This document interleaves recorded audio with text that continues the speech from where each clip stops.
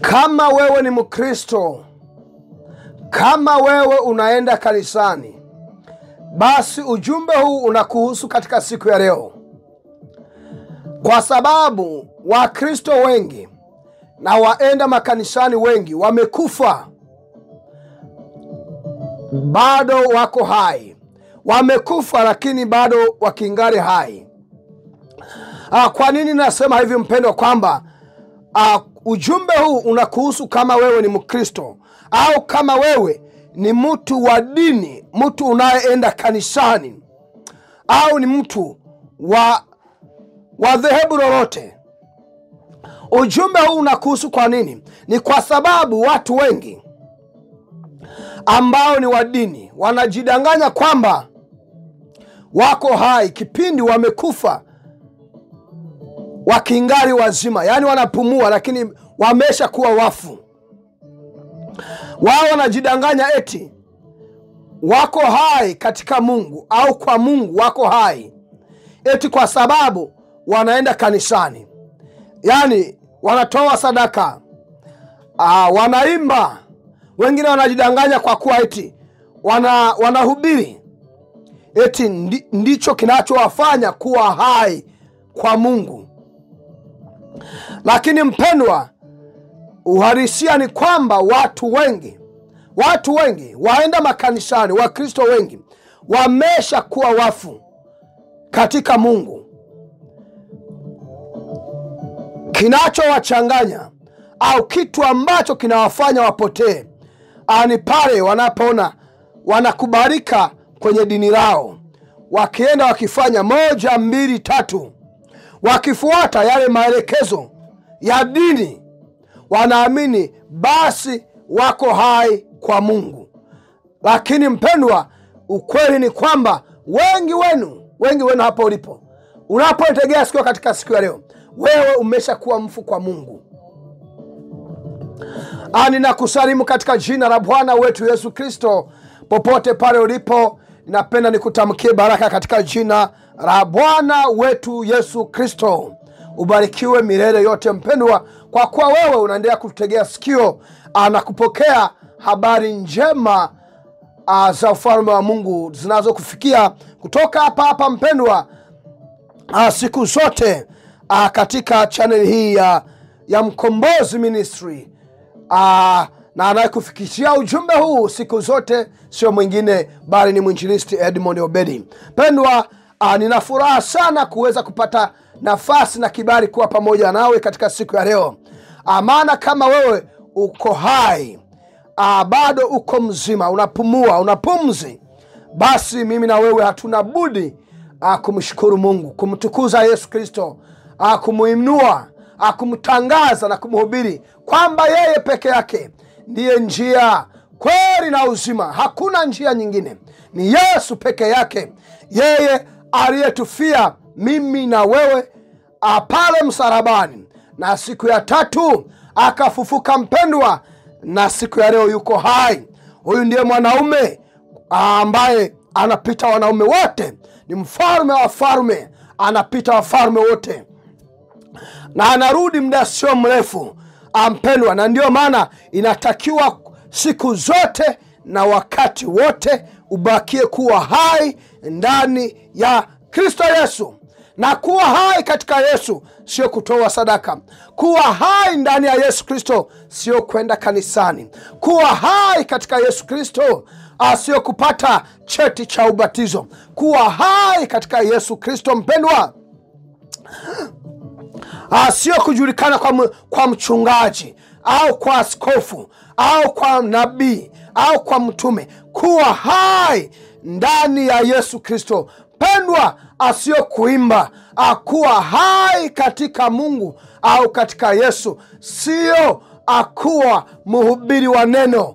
Kuwa hai mpendwa katika Yesu Kristo, lazima ujue maana yake ni nini, na ni ujumbe ambao nakufikishia katika siku ya leo unaosema kuwa hai kwa Mungu au katika Mungu. Maana yake ni nini? Au fanyaje? Je, ni kwenda kanisani? Je, kuwa hai ndani ya Mungu ni kutoa sadaka? Je, kuwa ndani, akuwa hai katika Mungu au kwa Mungu? Yani mimi niko hai kwa Mungu, maana yake ni nini? Au unafanya fanyaje? Je, ni kwenda kumnunulia mchungaji suit au wewe ni kutoa michango yote ya kanisani? Je, hiyo ndio inamaanisha kwamba mtu yuko hai ndani ya Mungu au kwa Mungu? Mpendwa, lazima ujue, maana watu wengi siri hii hawajui. Wamekuwa wanajipotosha, wanajidanganya wenyewe. Kwa kuwa mimi ni mtoto wa mchungaji, niko hai katika Mungu. Forget about that, my friend. No, it is a lie. Self-deception. You are deceiving yourself, my friend. Kuwa hai kwa Mungu maana yake ni nini? Au ndani ya Mungu kuwa hai, yani kwa Mungu, maana yake ni nini? Au fanyaje? Tuache ambayo tumeambiwa kwa muda mrefu sana, for the past 2000 years. And so unaambiwa kuwa hai kwa Mungu lazima ufanye 1, 2, 3, 4. Unakuta masadaka yamo, kujiteketeza, kujiangamiza, kujifirisi, kuuza vyote vinavyo toa nyumba yako. Hawa ni mashetani, matapeli, majangili, wahuni. Pendwa, wahuni wapo waneno. Wahuni wamejaa kila sehemu. Wahuni waneno. Yeyote utakayemsikia kwenye dunia hii, ujumbe huu mpendwa ambao ninakufikishia siku ya leo, mpendwa, ujumbe huu unakufikia katika siku ya leo ambayo ni tarehe mpendwa hii, ambayo ni tarehe 9 mwezi wa 11 mwaka 2025. Mimi sijui ujumbe huu utausikiliza muda gani au mwaka gani, lakini kwa wakati wowote ule ambao utasikiliza ujumbe huu, nasema kwamba mtu yeyote utakayemsikia hapa duniani anaongelea mambo ya pesa, kwamba wewe atoa mapesa na mamali na nini, afanya kitu 1, 2, 3, yani huyo ujue mpendwa, sio mtumishi wa Mungu aliye hai. Ni mashetani hao. Pesa, mali na utajiri, panda, vuna, toboa, inuliwa. Wewe toka, nenda. Hiyo haiwezi kukufanya kuwa hai kwa Mungu aliye hai, au ndani ya Mungu aliye hai. Maana watu wengi wamejidanganya siku hizi, au kwa muda mrefu wanaamini, nikienda kanisani, nikionekana kwa mchungaji akiniona, askofu akinijua kwamba mimi ndio mtoaji mkubwa, akiniona mimi ndio najisacrifice, to give sacrificially. Ndio anakuambia, yani kujitoa kama vile unajitoa muhanga. Toa kama vile unajitoa muhanga. Mungu hapendezwi na hayo. Hayo ni takataka mpendwa. Mungu anasema wazi, maandiko matakatifu yanasema wazi, dhabihu iliyo bora mpendwa, inakubalika machoni pa Mungu ni kutoa. Hilo ni mwili wako, ni mwili lako hilo. Liache madhambi. Maandiko matakatifu yanasema wazi. Maana Yesu hajaja kutafuta pesa zako. Yesu hajaja kufa msalabani ili kwamba wewe utoe sacrificially. Maana yeye ndo alifanyika kuwa dhabihu on our behalf. Sasa wewe unajidanganyaje mpendwa? Kwa nini unajichanganya mwenyewe? Watu wengi wamekufa. Waenda makanisani wengi, Wakristo wengi wamekufa. Huu ndio ukweli mpendwa. Hata wewe mwenyewe unaweza kujiuliza hapo ulipo. Je, unafuata mkumbo unapoenda kanisani? Kwa sababu fulani naimba, na mimi nataka nijiunge kwaya. Kwa sababu mama fulani anafanya huduma fulani, na mimi nataka nitafute kitu cha kufanya kanisani. Utakufa vibaya. Utakufa vibaya mpendwa. Utaoza na kuoza. Watu wengi wamekufa. Lakini sio kwamba uende kanisani. Kanisani unaenda vizuri sana. Sadaka unatoa, michango yote unatoa. Unamvalisha hata mchungaji asuti. Na askofu anakufahamu. wanaposema michango, wewe ndio mchangiaji mkubwa sana. Mimi naweka wazi, utanipenda, utanichukia, haibadilishi chochote. Naamini hii itaokoa maisha ya watu wengi. Hiyo haikufanyi kuwa hai kwa Mungu, kwa sababu wewe ndio mchangiaji mkubwa sana. Na mwingine mpaka anadiriki kuwatisha au kutisha wachungaji na wazee wa kanisa kwamba mimi msipokubali matakwa yangu na maelekezo yangu na hoja zangu, msipozikubali, nitapunguza misaada yangu, matoleo yangu nitakata. Huyo mimi kama ni kanisa, na kuambia kavukavu, na kuambia shetani, toka nyuma yangu, go, usirudi hapa kadri Mungu aishivyo. Unatishia watu eti kwa sababu ya mapesa na tuhera umepata mpendwa. Hayo yote ni mavi, yanapita, can disappear in a twinkling of an eye. Within seconds you can lose everything. You can even lose your own life within seconds. Sasa wewe unaanza kujishaua eti mimi ni mtumishi bora kwa sababu natoa sacrificially. Natoa, hata mchungaji anajua, anaimba bora, anaimba vizuri, mimi ni mhubiri bora, nikihubiri watu wanatetemeka nini. Pendwa, mimi nikwambie wazi, tuwekane wazi tu, tuseme ukweli. Mungu anaweza kumtumia hata mtenda dhambi wa hovyo kweli. Sijui ni dhambi gani wewe unaona kama ni dhambi mbaya sana. Mungu anaweza kumtumia mtu yule unaona kwamba ni mtenda dhambi hovyo, akamtumia kutenda jambo na muujiza. Mungu ni wa ajabu mpendwa. Mungu ni wa ajabu. Angalia yule maraya yule. Amewasaidia watu wa Mungu, wamekuja kufanya upelelezi. Taifa la Israeli nataka kuvamia taifa fulani, wanatumwa wapelelezi. Sasa yule akawapa nafasi, akawaficha, ameshatenda kazi ya Mungu. Wengine wangemhukumu, wakaanza kusema maraya sijui mtu gani, kahaba, anajiuza. Mungu haangalii maovu yale mpendwa. Anaweza kutumia kutoka pale ambapo wewe watu wanaona kwamba wewe ni wa kutupwa, ni wa hovyo. Na ndio maana mpendwa, mimi siangalii sura. Njoo kwa Yesu wapendwa. Tuwe hai ndani ya Mungu aliye hai. Na inamaanisha nini kuwa hai mpendwa? Atuenda kusoma maandiko matakatifu. Maana wengi wenu mmekuwa mnajishaua sana, viburi vingi sana, majigambo, majivuno ya kila namna. Mimi ndio hivi, mimi ndio vile. Hapana mpendwa, hiyo haikufanyi kuwa hai na andani katika Mungu. Na watumishi wengi, wachungaji wengi, maaskofu wengi, ni kama shetani ameshawapiga blanketi ya usoni. Hawajui hata kusoma dalili za watu ambao wamekufa katika Mungu. Maana aliyekufa kwa Mungu anakuja na majivuno na majigambo na kiburi. Mimi ndio mtoaji mkubwa. Huu ujenzi usingeisha. Huu ujenzi usingefika hapa. Nimejitoa sacrificially. Mimi ndio nimefanya 1, 2, 3, 4. Ni mimi ndio nimefanya. Wanakuwa na viburi watu wa namna hii. Hao ni mashetani. Lazima hao uambie maneno magumu.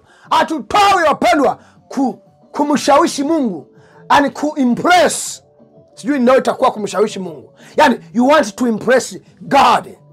Umshawishi Mungu, muonyeshe Mungu, ona kazi zangu, ona Mungu. Unakuja kanisani, unakuwa wa kwanza. Sijasema usiwe wa kwanza kanisani, lakini ujue unapofanya vile ni kwa faida yako wewe binafsi mpendwa. Utabeba msalaba wako. Maisha ya wokovu haya ni individual, personal life. Maisha yako binafsi. Point. Mungu ni wa ajabu. Mungu huyu ni wa ajabu mpendwa. Kwa hiyo sianze kuwatisha watu.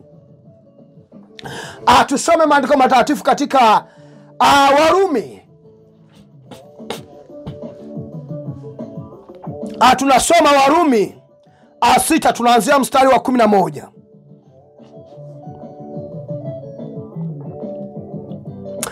Maandiko matakatifu yanasema hivi: vivyo hivyo jihesabuni wafu katika dhambi, lakini mlio hai kwa Mungu katika Kristo Yesu. Kwa hiyo kumbe, kila Mkristo, kila mtu anayemwamini Yesu Kristo, kila mtu anayesema mimi ni wa Mungu, anatakiwa awe amekufa katika dhambi. Pale sijui kama lugha hii watu mtaielewa. Yaani uwe unasema mambo ya dhambi, kwenye swala la dhambi, jambo lolote linalohusiana na dhambi, maandiko matakatifu yamesema hivi: wewe ujihesabu kwamba umekufa. Yani you have nothing to do with sins. Yani kwamba panapoongelewa jambo au kitu chochote kinachohusiana na dhambi, unasema hapo wewe unakuwa kama mtu tayari uko tayari hata kufa. Haukubali kutenda jambo hilo. Na ndio maana siku hizi ninapoona watawala waovu wanaonyanyasa watu, wanaoua watu, wanaotenda maovu, wanaowanyima watu haki, na watumishi ambao mnasema mnamtumikia Mungu, hamsemi chochote. Sijui kama ile mnaita ni dhambi au ni tini mamlaka, kila mamlaka. Huo ni ujinga uliopitiliza, na huo ni ushetani. Ni ushetani mpendwa. Unafanyaje? Unaruhusuje? Unashirikije katika maovu ya namna hii? Alafu baadaye unakuja unataka kutuambia wewe unamtumikia Mungu. Mungu gani? Amesema tujihesabu wafu. Wafu mpendwa. Na haya sio maneno yangu. Amesema vivyo hivyo jihesabuni wafu katika dhambi, lakini mlio hai kwa Mungu katika Kristo Yesu. Akasema hivi mstari wa 12: kwa hiyo msiruhusu dhambi tawale ndani ya miili yenu, ipatikanayo na kufa, ili kuwafanya mzitii tamaa mbaya. Wala msivitoe viungo vya miili yenu vitumike kama vyombo vya uovu vya kutenda dhambi, bali jitoeni kwa Mungu kama watu waliotolewa kutoka mautini kuingia uzimani. Nanyi vitoeni viungo vya miili yenu kwake kama vyombo vya haki, kwa maana dhambi haitakuwa na mamlaka juu yenu, kwa sababu hampo chini ya sheria, bali chini ya neema. Haleluya! Jina la Bwana wetu Yesu Kristo lipewe sifa. Mstari wa 15 unasema hivi: ni nini basi? Tutende dhambi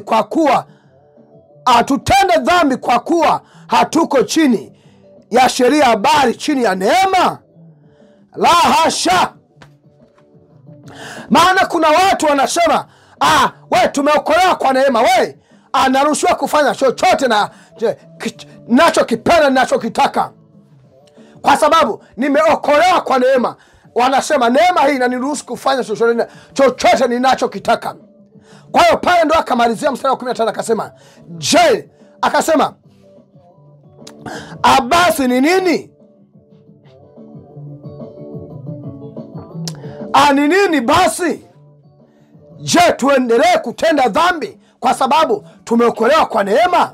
Akasema la hasha, kamwe usipime. Hatuendelee kutenda dhambi. Na ndio maana ukianguka kwenye dhambi leo, make sure by all means hautarudi huko. Huko ndiko kuokoka. Na kuokoka, mpendwa, umeona amesema mmetolewa mautini. Yoyote aliye katika dhambi ana mauti. Na ndio maana nimesema Wakristo wengi wamekufa. Mtu anatenda dhambi, anaenda kanisani, hatubu dhambi, anakwambia mbona huyu Mungu tumeshamzoea, hata dhambi zetu anazihesabia utukufu au takatifu. Maana anatukubali, tunatoa sadaka, anatubariki tunapotoa sadaka kupitia mtumishi wake. Si ndivyo mnasema wapendwa? Yaani mnaona Mungu anabariki dhambi zenu. Ona, tunaenda kanisani, tunatoa sadaka, tunabarikiwa. Mungu ameshakubali hata dhambi zetu. Najua ushasikia hata watumishi wengine wanakwambia, wewe niletee sadaka mimi. Haya mambo ya utakatifu na utukufu, anasema mimi sijapewa kuhubiri injili hiyo. Sasa wapendwa, kweli mtu wa namna hii unashindwaje kujua huyu ni shetani? Yaani unamwangalia sura, vidole, macho, nywele ni shetani. Unashindwaje kujua? Mdomo ni shetani. Wakristo, msisubiri eti utakuja kumuona shetani ametokea vapu, unamwona na sura ya ajabu ajabu, mapembe, sijui manini, mikia, ana vichwa 7-8. Hapana mpendwa, shetani anaonekana ndani ya watu. Na ndio maana hata Yesu alimwambia Petro, pale Yesu alipoambia wanafunzi wake habari za kusulubiwa kwake, kwamba atakuja kuuliwa, Petro anampeleka pembeni. Anasema, unajua watu wengine anaona cheo alicho nacho, umri wake, anasema mimi siwezi kuambiwa neno na wewe, wewe ni mdogo. Wanakubezi sana, wanakudharau sana, wanataka wakushushe. Yaani wewe Mungu amekuchagua ukatende mapenzi yake, alafu ni mtu kwa sababu inakuzidi umri, au kwa sababu ya cheo chake ni askofu, ni mchungaji, au sijui ni nani, ni rais, ni makamu wa rais, ni mbunge, anataka akuonyeshe kwamba wewe ni takataka. Anakwambia usiongee maneno haya mbele zangu. Kwa hiyo na Petro anamchukua, anampeleka Yesu pembeni, anamwambia wewe sikiliza, haya unayoyasema kama hawezi kutokea. Umeelewa? Yesu anasema wewe umegonga mwamba. Akamtazama, akaona mdomo ulioongea sio wa Petro, akaona sura sio ya Petro, akaona yani kila kitu sio Petro tena. Alimuona shetani ameingia, akajiseti ndani ya Petro. Akamwambia shetani, toka nyuma yangu shetani.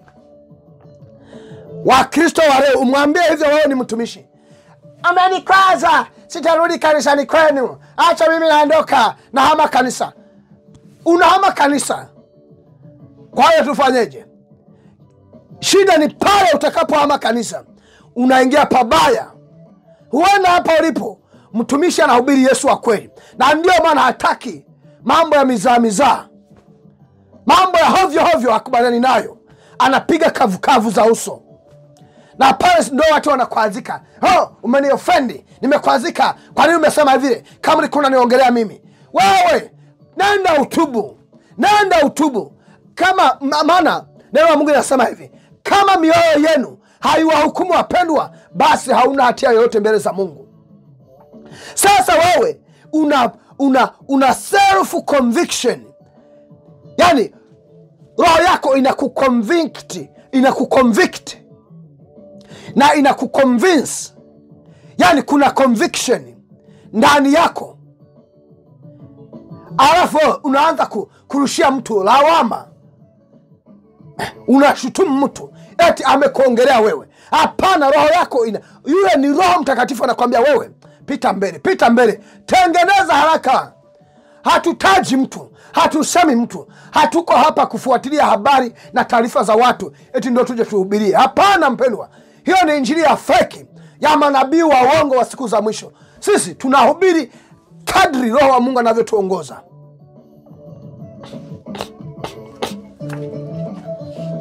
Kwa hiyo akuwa hai ndani ya Mungu au katika Mungu, akuwa hai kwa Mungu katika Yesu, inatakiwa kwanza uwe ndani ya Yesu Kristo.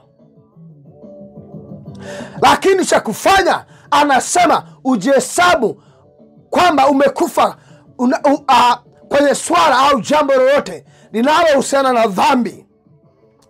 Na akasema, mpendwa, usije ukakubali au ukaruhusu dhambi itawale ndani ya miili yenu.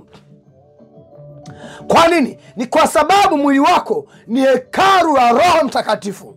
Kwa hiyo kama dhambi utakubali dhambi itawale ndani yako, basi Roho Mtakatifu ana nafasi tena. Hawezi kukaa kwenye uchafu Roho wa Mungu. Na ndio maana unaona watu wengi wanaanguka kwenye dhambi, and it's very very hard for them to recover or to come back. Kwa hiyo inakuwa ni vigumu mtu anapoanguka kurudi huku. Kwa nini? Kwa sababu mwisho wa siku wanaacha dhambi na tawala. Pendwa, unapookoka mpendwa, neno la Mungu imesema kwamba umetolewa kutoka mautini unaingizwa uzimani. Kwa hiyo unavua utu wako wa kale. Ndivyo maandiko matakatifu yanasema. Alafu unavaa utu upya. Na utu upya huu mpendwa ni kumvaa Yesu Kristo. Unatembea kama Yesu, unaongea kama Yesu, unakimbia kama Yesu, unaenda jogging, unajogi kama Yesu. Anaenda pule milimani kuomba, unaenda kama Yesu, unaongea Yesu, unataja jina la Yesu wakati wote, na sio haya mengine. Haya mambo ya dini tulishaachana nayo. Mambo ya dini tulishaachana nayo. Mambo ya makanisa, mambo ya makuhani na nini tulishaachana nayo. Kuhani wetu ni mmoja, ni Yesu Kristo. Mchungaji wa kweli ni Yesu Kristo. Hata wachungaji waliopo sio kwamba na wabeze au na washushia thamani au nini. Hapana. Watumishi wa kweli na waheshimu. Lakini mpendwa, sitaangalia sura ya mtu, sitaangalia chao cha mtu. Maana Yesu alikuwa anapiga kavukavu kwa wakina Pilato, wale Masadukayo na Mafarisayo, walimu wa sheria. Kavukavu alikuwa angalii cheo na sura ya mtu. Na ndio maana wewe uwe rais tunapiga za usoni. Kavukavu unatenda maovu, unanyanyasa watu, mauaji unaruhusu. Wewe ni shetani.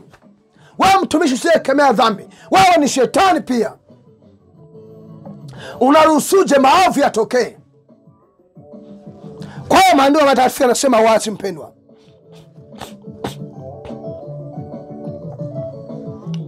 anasema wazi kwamba avitoeni viungo vya miili yenu kwake kama vyombo vya haki, for righteousness. Righteousness, yani viungo vyenu vitakasike mpendwa. Hakuna dhambi. Huko ndiko kuwa hai kwa Mungu katika Kristo Yesu. Na sio eti kwa kuna toa sadaka, kikumi, unaimba, unahubiri, unafanyaje, wewe ni askofu, wewe ni shemasi, wewe sijui nani, umepewa cheo hiki na kile na kile. Hapana mpendwa. Kuwa hai kwa Mungu katika Kristo Yesu, wewe ni kujihesabu kwamba wewe ni mfu, umekufa kwenye mambo ya dhambi. Hauhusiki na hauwezi kuhusika, never ever. Hauwezi kukubali dhambi katawale ndani yako mpendwa. Maana umeokolewa kwa neema, hauko chini ya sheria tena. Maana walioko kwenye sheria mpendwa, wale lazima dhambi tatawala ndani yao. Walio katika sheria, dhambi lazima itawatawala. Maana hawezi kuzitunza au kuzitimiza sheria zote mpendwa. Bali tumeokolewa kwa neema, tunamwachia Yesu anatawala. Roho Mtakatifu anatuongoza, anasema na wewe pale unapokosea. Roho Mtakatifu anakuambia tengeneza, 1 2 3, basi tunamwachia Roho Mtakatifu. Pendwa, kwa hiyo wewe acha kujidanganya. Akuwa hai katika Mungu haihusiani na kwenda kanisani, kutoa sadaka, kuwa mwimbaji, kuwa mwinjilisti, kuwa mchungaji, kuwa wa dini fulani, kuwa wa dhehebu fulani. Pendwa, haina uhusiano wowote, bali ni kuwa mpendwa, kujihesabu kwamba wewe umekufa kwenye mambo ya dhambi. Hapa ndipo maandiko matakatifu yanasema hivyo. Pendwa, niamini kwamba umebarikiwa na umeweza kujifunza kitu, na kuanzia leo utaanza kuwa hai kwa Mungu katika Yesu Kristo, kwa kutokuruhusu dhambi ya namna yoyote kutawala ndani ya maisha yako. Hata katika taifa lako upinge dhambi na dhuluma na uovu wa kila namna. Mpendwa, wabarikiwe sana kupokea maneno haya katika siku ya leo, na kutamkia baraka katika jina la Baba na la Mwana na Roho Mtakatifu. Amina.